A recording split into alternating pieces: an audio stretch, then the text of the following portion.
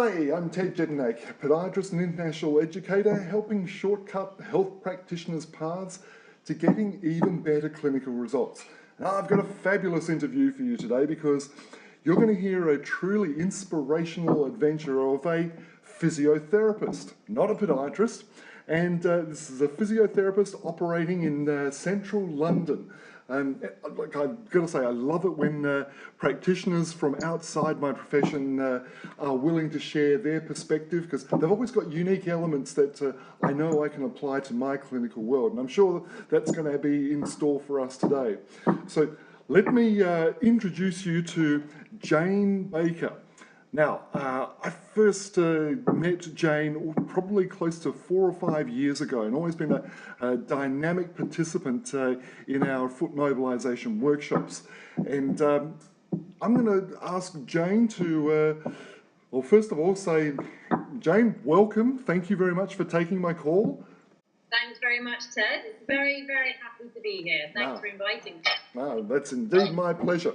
So tell me, Jane, what is the Jane Baker story?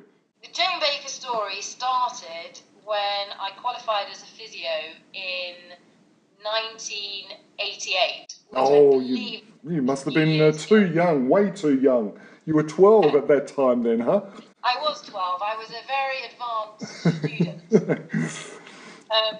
And worked for a couple of years in the NHS in the UK, and then travelled around the world for a year before settling in America. Ah, great. And worked primarily in outpatients musculoskeletal clinics. Uh-huh. And after about 10 years, decided that I wanted a bit of a change, and came back to the UK and studied a master's in veterinary physiotherapy.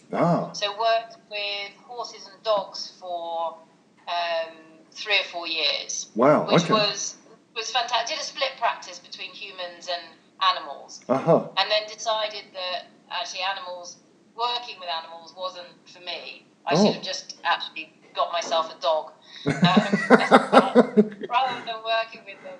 And went back to full human practice. Okay. And then worked in London for the last 10 years since I've been back in the UK, again in outpatient musculoskeletal clinics. Okay. So how did you hear about this mad Aussie and foot mobilisation workshop? How did that come about?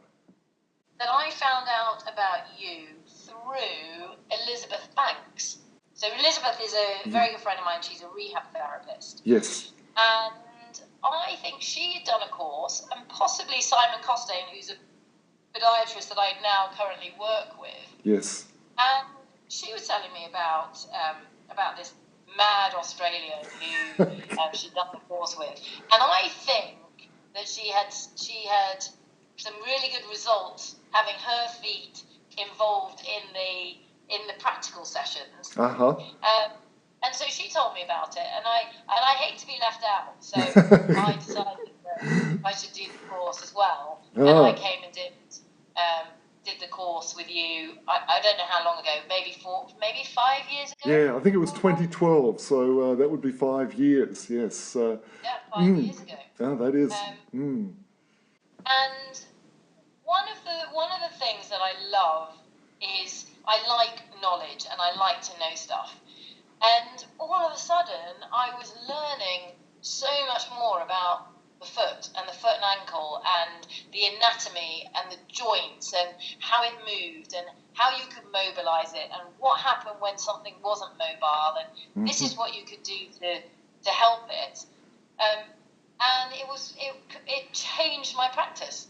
Wow. And okay. Because my specialty is foot and ankle, so or lower limb with a bias in foot and ankle. So I treat a lot of feet. Oh, fantastic. Oh, that's great. So I suppose as podiatrists listening to this, they, I imagine, would be surprised that a physio could find that a podiatrist could teach them some new stuff in relation to mobilisation or high velocity manipulation techniques to do with the foot and ankle. Yeah. But I think you, because I believe that you had done a lot of your learning from an osteopath, is that correct? Probably a combination, osteopath, physio, chiropractors. Yeah, it's been quite an amalgamation. Yeah, so I don't really see you as just a podiatrist. It's really, you've got your finger in lots of pies in terms of your skill pot. That's it's probably a fair call there. Um, Yeah. Jane, just going back a little bit, particularly with your involvement with Maitland practitioners and Maitland trainers. Hey, have I ever told you that Jeff Maitland, or I suppose you know this, is from Adelaide, and that the Yes, that's university, right. so the university where I did my training, he was literally in the building next door. So okay, well we had that connection of sorts. So, Yeah. and I think it's fantastic with the mentors and that leaning towards the manual therapies. Was there something that helped you turn the corner as far as having manual therapy skills? And I'm asking that question because, you know, a lot of the listeners here will feel like their palpation or manual therapy skills are maybe not as high as they'd like it to be. Can you recall, even though it would only have been a handful of years ago when you were first learning manual therapies, can you recall something that helped you turn the corner or really get you working well with your hands? Completely honest. Yes. It absolutely started in physiotherapy school. Uh-huh. Because the school I went to had a very strong emphasis on palpation skills and manual therapy and the benefit to the patients. Uh-huh. Okay. So that really continued into even I did a lot of neurology placements when I first qualified. I worked on neuro wards, and we worked with the Bobath techniques, which is a lot of manual stimulation and touch to help the patients rehabilitate. Uh-huh. So there was always for me there was always an emphasis on manual therapies being beneficial. Uh-huh. And when I only worked for 2 years in the NHS, and then when I worked in the States, it was in private care, so you did have the time to work longer with patients. So you weren't just seeing a patient and handing them an exercise program. You were analysing them, touching tissue, seeing what tissue tension was like, if there was any scar tissue or areas of restriction, and then you could actually work on that rather than just giving the patient an exercise program to try and do it themselves. Okay. So with that, would you have a key piece of advice that you'd offer to a practitioner who was kind of new with the manual therapy side of things? What would help them in their progress, do you think? I think two things. I mean, one is definitely it's hands-on patients. Yes. Or hands-on bodies. Uh-huh. So if you can't be in a situation where you can maybe shadow somebody and get experience on working on patients, it's actually, with any manual therapy, it's practice and repetition and feeling. Everybody's different, so somebody's tailor movement is going to be different from somebody else's, and a normal is going to be different from a dysfunctional. Yes. So it is literally, with any new skill, it's spending hours repeating that practice. Mm-hmm. Yes. And it is, it's easy for me to say I've been qualified 27 years, so the number of patients I've handled is a few. Sure. And it is daunting. It is really daunting as either a newly qualified or somebody who's new to manual therapy. Mm-hmm. It's just spending that time. And for example, if you've got a patient who's come in if it's a podiatrist, if they come in for something that doesn't require manual therapy, you can still check their feet. Yes. And just say, do you mind if I look at the movement of the joints in your feet? And they'd probably be more than happy for you to do it. Yes. Yeah, because generally on the receiving end, it's not an unpleasant experience. So, yes, it's certainly been my experience where people are not likely to decline that kind of offer. The only problem Yeah, that ends up exactly. happening is when they come in for the next visit and the next visit. Can you do that foot mobilization thing again? Yes. Yes, Yeah, exactly. yes. So, Jane, do you have a favourite case study example where manual therapy has really helped with your treatment for a foot or ankle or lower limb condition?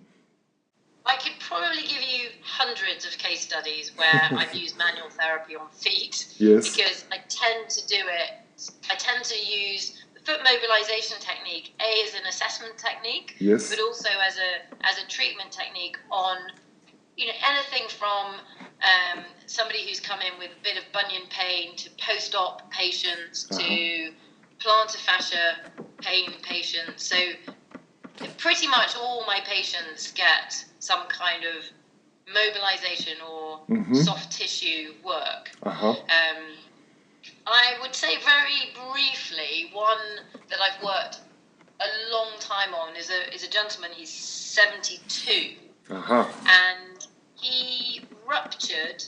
He had a tendinopathy of his peroneus brevis, ah, which then underwent a steroid injection and subsequently ruptured along with his peroneus longus. okay, Uh, and he underwent surgery, but he had a varus foot. He had a supinated and varus foot. He was ah, basically okay, walking on the outside of his foot. yes, Even, I believe, I didn't see him pre-surgery, but pre-surgery.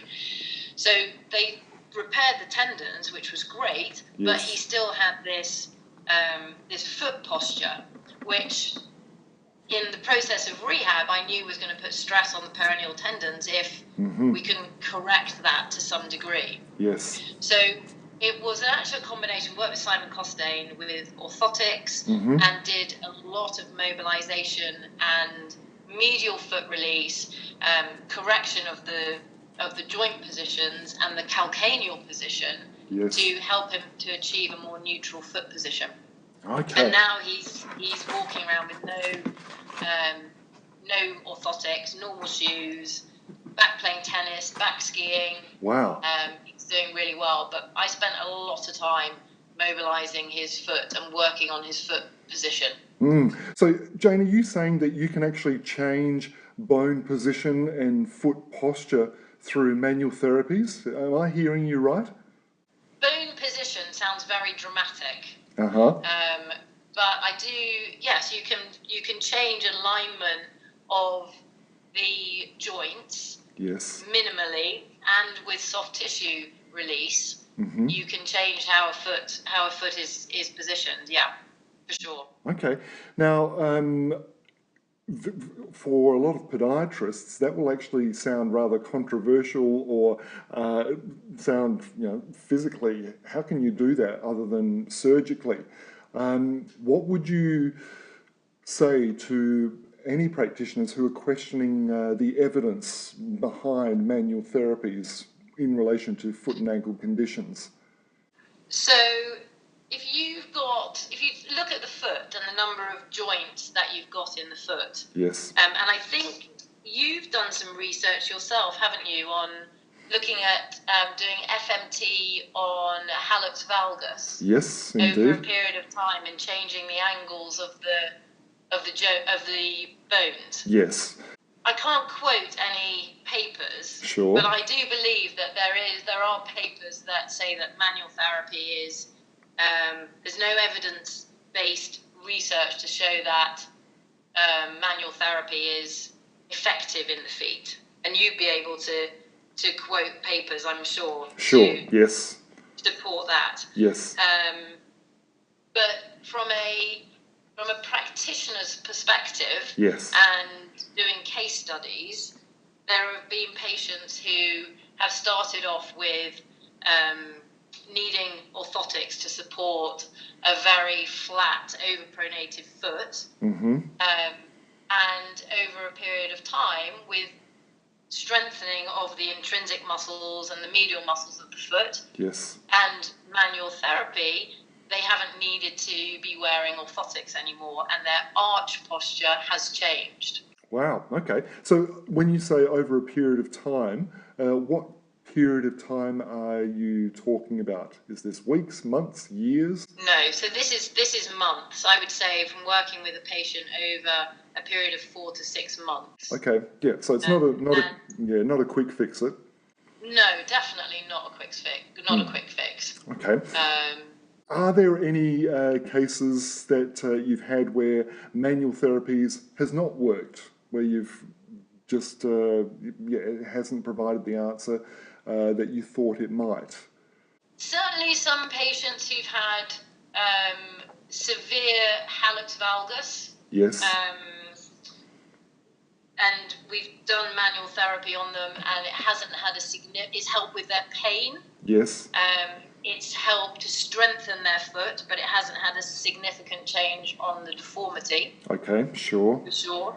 And then those might be the patients that do end up going to surgery. Yes. But having done the work pre-surgery and understanding their foot and understanding how their foot works and having done exercises, yes, their post-op progression is, in my experience, having worked with people who haven't had physio before undergoing surgery, and not just with bunion corrections, with other surgeries as well. Yes. They have a smoother post-op recovery, typically. Ah, great. And Jane, what about rigid cavus feet? I mean, they are tough work at the best of times. How do you find that you cope with those? So again, it's really working as a team. So I'm lucky enough to work with Simon Costain. Yes.